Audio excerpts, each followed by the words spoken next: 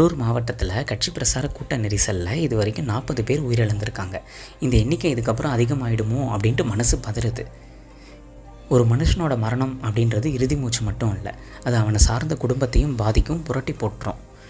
மனுஷனுக்கு மட்டும்தான் பகுத்தறிவு இருக்குது, ஆனால் சில தருணங்களில் அது பழுது பாழடைஞ்சு காணாமல் போயிடுது. ஏன் இப்படிலாம் ஒன்றுமே புரியலை.